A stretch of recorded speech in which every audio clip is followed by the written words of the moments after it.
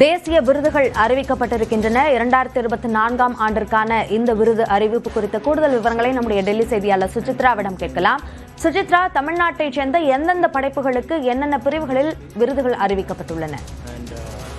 72வது தேசிய திரைப்பட விருதுகள் தற்பொழுது அதிகாரப்பூர்வமாக அறிவிக்கப்பட்டுள்ளன.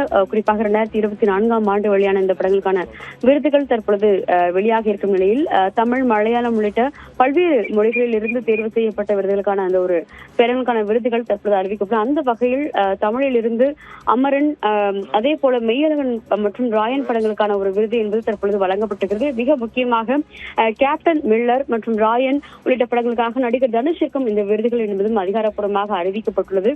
அமரன் படம் மொத்தமாக 3 விருதுகளை இந்த முறை 72வது தேசிய விருதுகள் மூலமாக பெறுகிறது. மிக முக்கியமாக பார்த்து வருகிறோம். குறிப்பாக சிறந்த பெஸ்ட் டைரக்ஷன் என்ற அடிப்படையில் இயக்கத்தினுடைய ஒரு சிறந்த இயக்கத்தின் அடிப்படையில் அமரனுக்கான இந்த விருதையும் தற்பொழுது ஜூரிகள் 72வது அந்த தேசிய விருதில் அதிகாரப்பூர்வமாக அறிவித்திருக்கிறார்கள். அதே போல சிறந்த எடிட்டிங் அமைப்பு அந்த ஒரு பிரிவிற்கான ஒரு விருதும் அமரன் படத்திற்கும், சிறந்த பேக்ரவுண்ட் மியூசிக்கான விருதும் அமரன் படத்திற்கு வழங்கப்படுவதாக அதிகாரப்பூர்வ அறிவிப்பை தற்போது மத்திய அமைச்சகம் அறிவித்திருக்கிறது. அது மட்டுமல்லாமல் மகாராஜா படத்தில் நடித்த துணை நடிகர் சச்னா நமிதாவிற்கு சிறந்த சப்போர்ட்டிங் ரோல் என்ற அடிப்படையில் அந்த விருது என்பது பகிர்ந்து வழங்கப்பட்டுள்ளது முக்கியமாக பார்த்து வருகிறோம். அதே போல 72வது அந்த தேசிய திரைப்பட விருதில் சிறந்த நடிகர்கள் என்ற அடிப்படையில் கார்த்திக், ஆரியன் மற்றும் மம்மூட்டிக்கு சிறந்த நடிகர்களுக்கான அந்த விருது என்பதும் பகிர்ந்தளிக்கப்படுவதாக அதிகாரப்பூர்வ அறிவிப்பை அறிவிப்பிருக்கிறது. அதே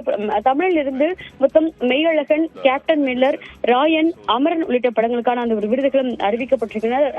மெய்யழகனை பொறுத்த அளவில் சிறந்த சவுண்ட் மிக்ஸ் என்ஜினியர் என்ற அடிப்படையில் அந்த பிரிவிற்கான ஒரு விருது என்பது அப்படத்தினுடைய சவுண்ட் மிக்ஸ் என்ஜினியர் சுரேன்ஜிக்கு வழங்கப்படுவதாக ஒரு சிறப்பு மென்ஷன், அதாவது ஸ்பெஷல் மென்ஷன் என்று கூறக்கூடிய சிறப்பு விருதையும் அறிவித்திருக்கிறார்கள். அது மட்டுமல்லாமல் கேப்டன் மில்லர் படத்தில் நடித்ததற்காக தனுஷிற்கும் சிறந்த அந்த ஒரு நடிப்பிற்கான அந்த ஒரு விருது என்பது வழங்கப்பட்டது குறிப்பாக பார்க்கப்படுகிறது.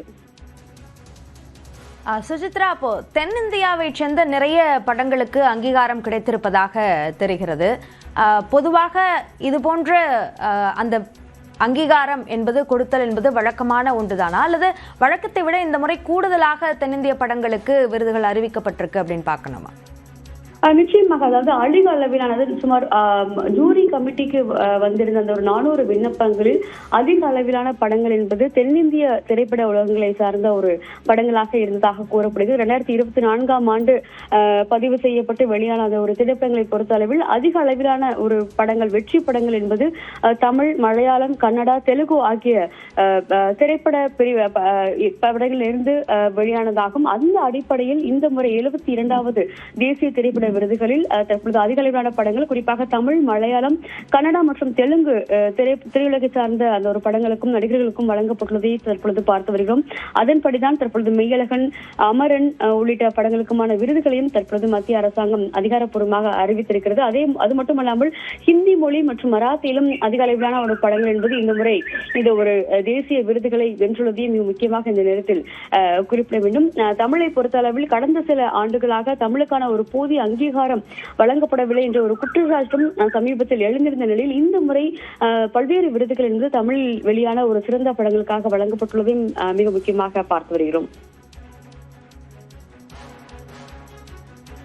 சுசித்ரா, முக்கியமாக ஆர்டிகல் 370 போன்ற அந்த திரைப்படங்கள் எல்லாம் அதிகமாக பேசப்பட்ட திரைப்படமாக அறியப்பட்ட இந்தி மொழி படமாக இருந்தது. அந்த படத்திற்கு விருதுகள் அறிவிக்கப்பட்டிருக்கின்றன. அது குறித்த விவரங்களையும் பதிவு செய்யுங்க. 72வது தேசிய திரைப்பட விருதுடைய சிறந்த படமாக ஆர்டிகல் 370, அதாவது நடிகை யாமி கௌதமுடைய நடிப்பில் வெளியான ஆர்டிகல் 370 படத்திற்காக மிக முக்கியமாக காஷ்மீர் பிரச்சனையை மையமாக வைத்து வெளியான அந்த திரைப்படத்திற்கான விருதை தற்பொழுது தேசிய விருதாக அதிகாரப்பூர்வமாக மத்திய அரசாங்கம் அறிவித்திருக்கிறது. அதனுடைய சிறந்த நடிகையாகவும் யாமி கௌதம், அந்த படத்தில் நடித்த யாமி கௌதம் தற்பொழுது தேர்வு செய்யப்பட்டுள்ளார். குறிப்பாக அந்த படம் வெளியான பொழுது கடுமையான சர்ச்சைகளும் சரி, அதற்கு அதற்கு ஆதரவான ஒரு கருத்துக்களும் பல்வேறு தரப்பிலிருந்தும் வெளியாகி இருந்த நிலையில் அந்த படமும் அமோக வெற்றி பெற்றது என்பது மிக முக்கியமாக பார்க்கப்படுகிறது. 2024ஆம் ஆண்டினுடைய சிறந்த ஹிந்தி மொழி படைப்பாக அந்த ஒரு படம் பேசப்பட்ட நிலையில் தற்பொழுது இந்த விருது 72வது தேசிய திரைப்படத்தினுடைய பெஸ்ட் ஃபீச்சர், அதாவது சிறந்த திரைப்பட விருதையும் சிறந்த நடிகைக்கான விருதையும் ஆர்டிகல் 370 திரைப்படம் என்பது பெற்றுள்ளது. அதற்காக அந்த ஒரு நடிகைக்கான விருதையும் யாமி கௌதம் தற்பொழுது அவர் பெற உள்ளார். இந்த கூடிய விரைவில் அந்த விருதுகள் வழங்கும் விழா என்பது அடுத்த மாதம் டெல்லியில் நடைபெறும் விழாவில் அவர் மத்திய அரசிடமிருந்து அந்த விருதையும் பெறுவார் என்றும் எதிர்பார்க்கப்படுகிறது. காஷ்மீரில் நிலவிய அந்த ஒரு அசாதாரண சூழ்நிலை மற்றும் அங்க இருக்கக்கூடிய அந்த ஒரு இந்துக்கள் மீதான ஒரு தாக்குதலை அடிப்படையாக கொண்டு எடுக்கப்பட்ட அந்த ஒரு படத்தினுடைய ஒரு திரையிடலும் கடுமையான விமர்சனங்களையும் அதற்கு ஏற்று போல் அமோக வரவேற்பையும் பெற்றிருந்தது அந்த மிக முக்கியமாக இந்த நேரத்தில் குறிப்பிட வேண்டும். சுசித்ரா, அதே போல பான் இந்தியா திரைப்படமாக உருவாகி இருந்த கல்கி திரைப்படத்திற்கும் விருது அறிவிக்கப்பட்டிருக்கிறது. அது குறித்த விவரங்களை பதிவு செய்யுங்கள். நிச்சயமாக, அதாவது கல்கியினுடைய அதாவது ஒரு ஸ்டார் ஸ்டட்டட் என்ற அடிப்படையில் கல்கியினுடைய அதில் நடித்திருந்த நடிகர்கள் மட்டுமல்லாமல் ஒட்டுமொத்த திரைக்குழுவுமே ஒரு பிரம்மாண்டத்தை ஏற்படுத்தக்கூடிய வகையிலான ஒரு திரை படமாக அது பார்க்கப்பட்டது. அந்த படத்திற்கான ஒரு விருது என்பது மிக முக்கியமான ஒரு விருது, அதாவது மாஸ் என்டர்டெய்னர் என்ற பிரிவின் கீழ் அந்த ஒரு படத்திற்கான விருதும் வழங்கப்பட்டுள்ளது. அது மட்டுமல்லாமல் மற்ற 3 விருதுகளை கல்கி திரைப்படமும் இந்த 72வது தேசிய திரைப்பட விருதுகள் பெற்றிருப்பது முக்கியமாக பார்க்கணும். அமிதாப் பச்சன், தீபிகா படுகோன் உள்ளிட்ட முன்னணி நடிகர்கள் நடிப்பில் வெளியான இந்த திரைப்படம் என்பது ஒரு ஃபியூச்சரிஸ்டிக் படமாக எதிர்காலத்தை அடிப்படையாக கொண்டு எடுக்கப்பட்ட ஒரு படமாக பார்க்கப்பட்டாலும் திரையரங்கிலும் நீண்ட நாள் ஓடிய ஒரு சாதனையை கல்கி திரைப்படம் என்பது பெற்றது. அதன் அடிப்படையில் தற்பொழுது ஒரு மாஸ் என்டர்டெய்னர் என்ற கேட்டகரி பிரிவின் கீழ் இந்த ஒரு திரைப்பட விருதுகள் என்பது அந்த படத்திற்கு வழங்குவதாக ஜூரிகளுடைய தேர்வுக்குழு அதிகாரப்பூர்வமாக அறிவித்துள்ளது. சுசித்ரா, தற்போது ஜிவி பிரகாஷுக்கும் விருது அறிவிக்கப்பட்டிருக்கிறது. ஏற்கனவே அவர் தேசிய விருதுகளை அவர் பெற்றிருக்கிறார். இது போன்ற தொடர்ந்து இதற்கு முன்பு தேசிய விருது பெற்றவர்களாக தற்போதும் தேசிய விருது பெறுபவர்கள் என்றால் யார் யாரை சொல்லலாம் தமிழ்நாட்டை பொறுத்த வரைக்கும்? நிச்சயமாக, அதாவது ஏற்கனவே தனுஷ், ஜிவி பிரகாஷ் 2 பேருமே கடந்த காலங்களில், அதாவது தனுஷிற்கு 3வது முறையாக ஒரு தேசிய விருது என்பது இந்த முறை அவர் பெற உள்ளது மிக முக்கியமாக பார்க்கிறது. இருங்கள், தற்போது தயாரிப்பாளர் திரு தனஞ்சயன் நம்முடைய இணைப்பில் இருக்கிறார், அவரோடு பேசலாம். சார் வணக்கம். தென்னிந்தியா, குறிப்பாக தமிழ்நாட்டை சேர்ந்த பல திரைப்படங்களுக்கு பல்வேறு பிரிவுகள்ல தேசிய விருது அறிவிக்கப்பட்டிருக்கிறது. எப்படி பாருங்க? மொத்தம் 10 விருதுகள் கிடைச்சிருக்க தமிழ் சினிமாக்கு. தமிழ் திரைக்கு 10 விருதுகள். அதுல நம்மளுக்கு அமரன் படத்துக்கு 3 விருதுகள், கேப்டன் மில்லர் படத்துக்கு 2 விருதுகள், மகாராஜா படத்துக்கு 2 விருதுகள் அப்படின்னு அவார்டு கிடைச்சிருக்கிறது. ரொம்ப சந்தோஷமா இருக்கு.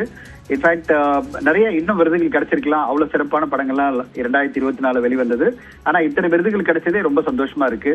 இன்னும் மெய்யழகனுக்கு சிறந்த தமிழ் சினிமா விருதெல்லாம் கிடைச்சிருக்கலாம் அப்படின்லாம் தோணுது. இன்னும் மெய்யழகன் படத்துக்கும் இன்னும் பல படங்களுக்கு, மகாராஜாக்கு நிறைய விருதுகள் கிடைச்சிருக்கலாம். பட் ஓவராலா 10 விருதுகள் தமிழ் சினிமா கிடைச்சிருக்கிறது ரொம்ப பெருமையா இருக்கு. நன்றி திரு தனஞ்சயன், இணைப்பில் கருத்துக்களை பகிர்ந்து கொண்டமைக்கு.